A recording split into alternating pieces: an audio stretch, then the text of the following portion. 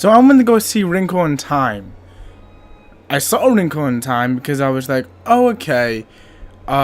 It's gonna be more physics based. It's gonna be like a fantasy movie, but like a little bit more grounded, based on the trailers. They seem to be very sciencey, It's gonna be an interesting kind of mix, and I left just having questions, just so many goddamn questions. This is IO reviews. I promise I don't just do Disney owned products. I review other movies. Promise. No, but let's talk about Wrinkle in Time. Wrinkle in Time. If you don't know what Wrinkle in Time is, it's based off a book.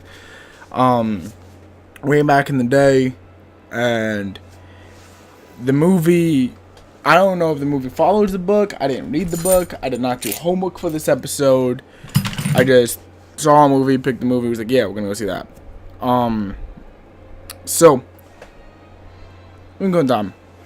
It is a fun time. I think one of my biggest complaints that's not spoilery, because I do have a pretty big complaint that's way too spoilery to mention, is that it takes a bit to start up. Like it kind of feels like when it comes to like getting to where they wanted to be, where they wanted to show off this fantastical world and all these things and all these ideas and all these concepts, they were like, all right, how do we make everyone know that this kid's life sucks?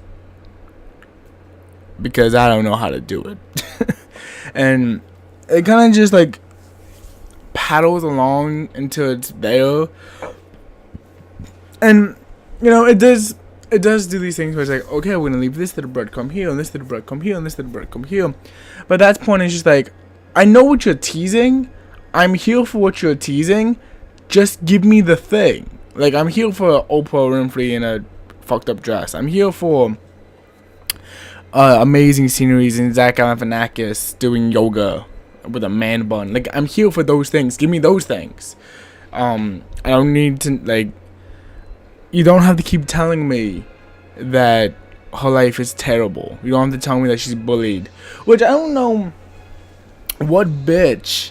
And I'm assuming this was middle school, because the 6-year-old was also in the same school. So it might be an elementary school type situation where she's in 5th grade or 5th, 6th grade type scenario. I don't know. But who the fuck makes fun of someone for their dad just disappearing? Like, that's one of the things that she gets bullied on. And it's like, wait, who the fuck goes to that level of just shittiness? Parents gotta learn how to raise their fucking kids, mate. But so there was that, which was, I feel, a big complaint of just like, when is this movie actually going to start? And that's the other thing that's so weird about this movie, is that for a movie that has so much to show us, it also has way too much to fucking tell us. Like, within the first 20 minutes of this film, and the movie is only an hour and 50 minutes, so like there's not a lot of time to fuck around. The first 20 minutes of the film is just exposition dump after exposition dump. I mean, they're done in different ways, so it doesn't always feel like an exposition dump. Like, there's one that's all about her family, and then there's one all about her school life, and there's one all about her mental health. It's like, oh, I don't care. Like, this seems like a really good template for a character. Show me the character doing things. Like, you've just described this character to me for far too long for me not to still not give a shit about this character. Which that might be more against me than the movie itself, but we're gonna say I'm an asshole sometimes. But the movie itself, the movie kind of struggles trying to decide if it wants to be beautiful and wants to show off these beautiful locations, these beautiful planets and worlds and all the galaxies and shit, or if it wants to stay more grounded and more within the real world and more like, this is what we're doing type of thing. And the movie's biggest failing is not knowing how to cover those. Because there are things in this movie that look really good, but then there's also things in this movie that look like complete shits. Like, green screen the hell out of shits. And I'm confused by it. Because, like, the locations were there. And, like, you could, like, they were easy enough to make seem natural. I mean, we're all in a world, after all, where, like, you can apparently accomplish intergalaxy travel by being Buddhist. Because that's, like, all the physics and all the science of this movie gets thrown right out the fucking window. Like, Zach Galifianakis starts talking, and he's like, yeah, so you need to achieve balance between yourself, and you need to understand that the reason why you can't do what everyone else is doing is because yourself is at war. And it's like, wait, what? I don't care about any of this. Go back to the leafy green fucking dinosaur thing. I don't fucking know. Like, I don't understand this movie, man. And that might be on me. That might be truly on me. It's like, the movie was trying to do new things in new different ways, and I just wasn't fucking ready for it. I accept that stipulation. If that's on me, that is on me. But at the same time, like, what the fuck? Like, you advertised a movie that was gonna be like, science. This is how it makes sense, scientifically. And that's why there's not just 4 dimensions, there's a 5th dimension. And this 5th dimension's what does all this shit. And then the movie's like, just feel really good about yourself, and you'll be okay. And I don't know, man. Like, I feel like this movie is trying so hard to do so many different things that it fails at all of them. Like, it tries to have these female empowerment moments, and then it tries to have these really cool fantasy moments, and it tries to have this really cool down-to-earth moment, it tries to have this PSA moment. And it's like, you're doing way too much shit. I can't keep track of all of it. And it got to the point where I'm just like, I don't care. I've disengaged with this film, and it's weird because I wasn't going in and being like, oh, this children's film will tell me the secrets of the universe type thing. Like, that's not at all what I was expecting, or anything like that. I was expecting something just to seem coherent, and it didn't. And I think it's such a great disappointment, because even Tomorrowland, which I saw because I was like, oh, maybe this one will be good. George Clooney is in it. He's never done a bad thing.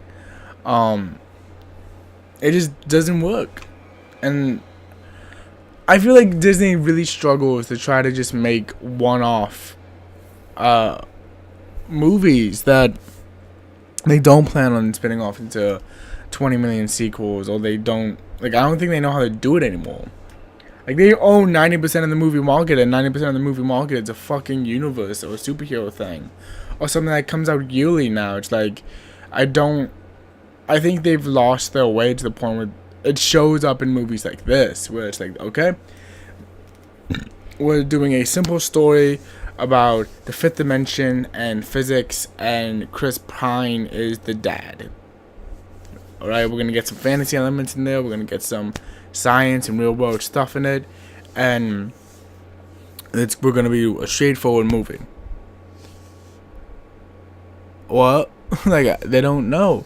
And like, there was a scene in particular in the movie, which I'm not gonna feel bad about spoiling because it's in the middle of the movie, and of course no one's gonna die in the middle of the movie. Also, it's a bloody children's live action movie. No one dies in these things. But the main character, whose name I'm forgetting because, again, I just stopped caring, and her love interest, I guess, I'm gonna talk about him more in a second. They're running away from this wall of wind, basically, in this giant fucking tornado, and they have to get over this wall. And it is a monstrous wall. It is like a wall made out of like mountains and caverns and shit. Like, they're not getting over this fucking wall. They gotta get over the wall. So you see the girl kind of like look at the wall, look at the tornado, watch things go over, and you can see like her mind working. You can see that she's putting together this thing.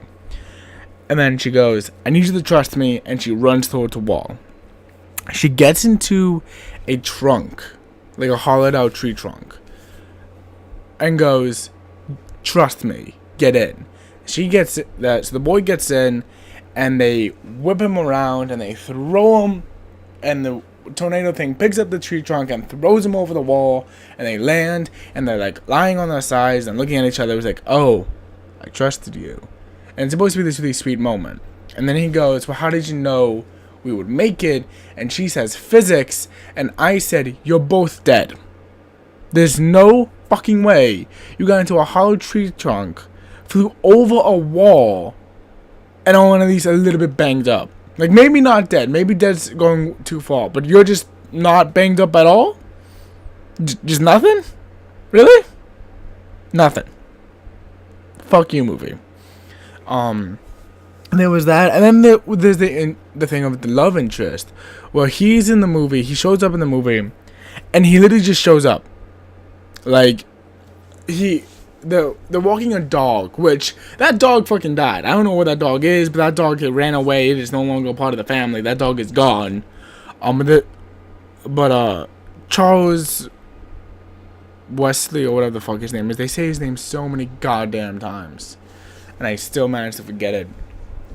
But the brother and sister, they're walking their dog, and they're kind of like talking around, and this love interest shows up out of literally nowhere. Like, they walked right past where he was or something. And it's like, "Oh, what are you doing here?" And he goes, "I just came out. I just felt like I had to be here now." And he goes, is that weird? Does that make sense?" And the brother goes, "No, you were called." And I responded with, "By the casting agent, because that's not a reason to show up in this movie." And then the brother goes, "Will you come with us?" And the boy, thinking like, go on this walk, he's like, "Yeah, sure, I'll come with you." So he starts going on this walk, and then it turns out that the brother uses this like, "Yes, I'll go with you on this dog walk," as a, "Yes, I'll go with you on this magical fucking adventure with dragons and and the darkness and all this other shit." And it's like, I think the brother needs to learn about consent, because you're not doing it right, you super intelligent 6-year-old. And that's the other thing, like, the smartest person in the movie is the 6-year-old, and they make a point of saying it on one of these supernatural universe beings, is like, he possesses the greatest mind that your species has produced in the last, like, 100 years. And it's like, oh, that's cool. What? And then the other thing that's really confusing. Like, I'm pretty sure, like, the kid's adopted. I'm pretty sure that was the angle they were going on. That's the angle they wanted to kind of produce. But it's never, like, clearly says, like, "Oh, this is your brother who we adopted." And I get that they're not going to do that. Because, first off, they don't really have to. The kid kind of looks Asian. And there's no other Asian person in the room. It's like, "Oh yeah, X, X, Y, Y, Z, Z. And the kid has Z eyes." It's like, what? There's Z eyes. Is that racist somehow? Am I gonna get flags by YouTube for being a dick? Probably. Bye, Ray. You did not pass the inspection. But it's one of those things where it's like, oh, none of this makes sense. Just none of it makes sense. And they really go hard on what the whole theme is, which is even more mind-boggling and confusing. And the first, because one of the things that the main character has is that she has just confidence issues. She doesn't think the best of herself. There's actually a point where she goes, it seems like you're just trying to be someone else. And she kind of looks at him with this like, wait, that was an option type thing. And it's like, oh, cool. Why is this the only thing about this character, though? Like, besides the fact that she really wants to be with her dad again, and that's the reason why we're doing anything at all, you're not really giving us much of a reason for this character. It's more, and it would be okay if, like, she's just supposed to be more of a vessel for the audience. Like, I'd be more okay with that. But that's not the angle they take. They take this weird, like, half and half. Well, we're supposed to feel for the main character because she's this really, like, down to earth girl who lost her dad, and it's been 4 years, and everyone thinks she's a spaz, and she's getting bullied and all this other stuff.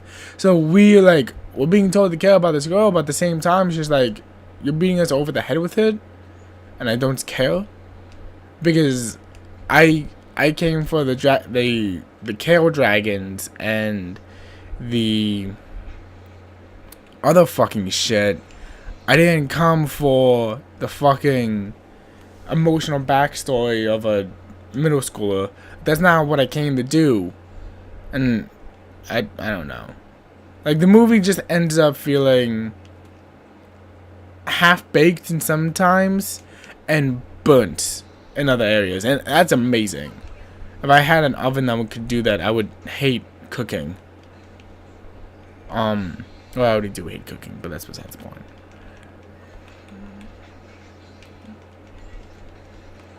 But it becomes this almost arduous task of trying to figure out what I'm supposed to be watching or what I'm supposed to be taking away from this current moment. Because half the time, it's beating you over the head with it, so you never have to ask, and it's never, like, a problem. Then the other half of the time, it's like, hey, go for this. Yeah, that seems right. Sure. I just like, wait, but what? But that's going to conclude my spoiler-free portion of this review. If you do want to go see the movie, despite that glowing review, you know, go see it. Go have fun with the kids. You know, enjoy seeing fucking new movies and new characters and shit. Like, do that. Have fun. I'll be over here bitching about the rest of the movie. Bye. Alright. So if you're still here, I'm assuming you want spoilers, so let's fuck this movie together. So the entire movie has kind of come down to this, and you've seen it in the trailer, like, you know that this moment is what it is, and it's this: be a warrior of hope, be a warrior of lights, be a warrior. And it's supposed to be this really cool mantra. It's like, oh, I'm gonna be a warrior, and that means that I'm gonna be a beacon of hope and light for those who don't have that, and I'm gonna be this warrior, yeah. So, and with how smart the main character is, which is really, like, only the one quality about her that isn't, like, used in a way of, oh, this is just a thing to further our story. It's not an important thing, it's just a thing. Type of thing. If that makes sense. How many times did I say thing? Did I say it enough times, you think? I don't think I did. Thing. So I'm like, you kind of go into this movie being like, oh, okay, so she's gonna explain her way out of it, and she's gonna think, and she's gonna be this, like, she's gonna show that not all warriors have to be super strong, super manly, super rah type of warriors. You can also be, like, super intelligent and be backup and do all this other type of thing. You can be that kind of warrior, and it'd be really cool, and the visuals are gonna be trippy as fuck, and it's gonna be a really good time. That's the type of thing we'll get, and we didn't. And instead, we got this thing. Well, the brother has been possessed by by this evil cloud thing, and they now have to talk her brother out of being an evil 6-year-old dick.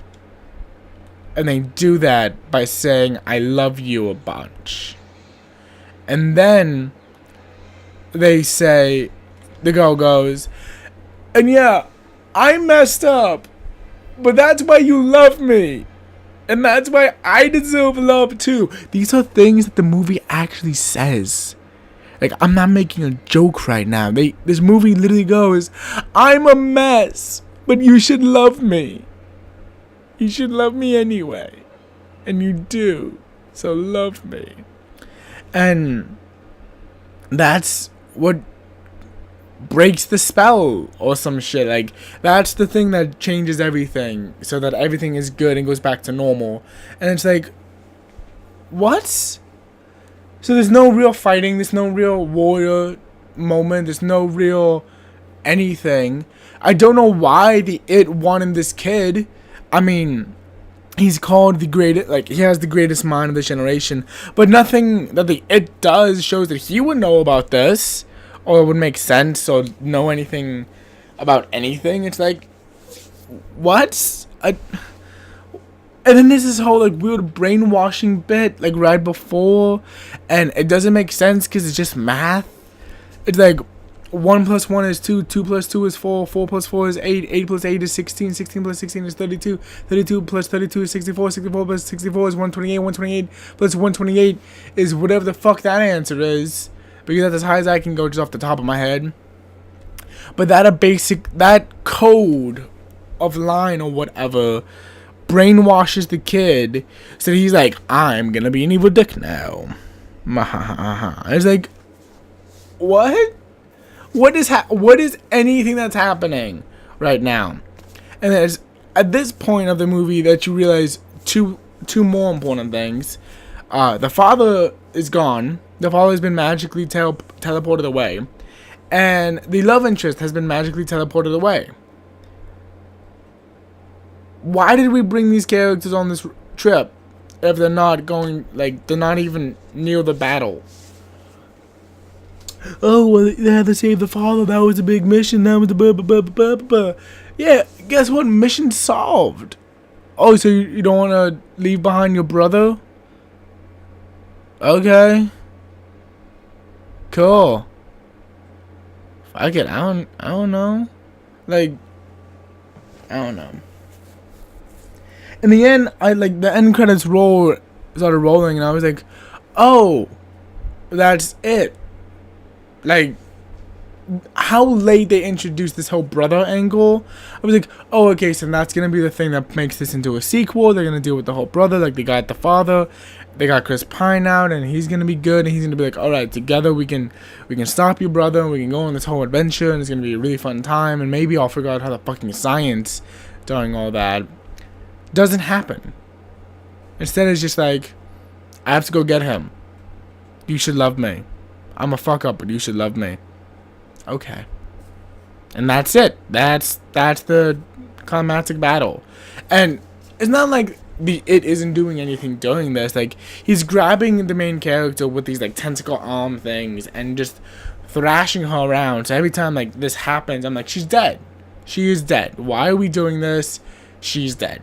She's so dead that instead of watching this movie and trying to figure out, like, how she's gonna survive, I'm actively rooting for the evil thing to just kill her, because she should be dead by now.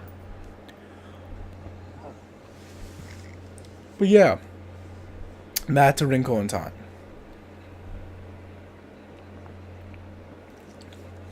If you didn't know, that is A Wrinkle in Time, and that is my review of it.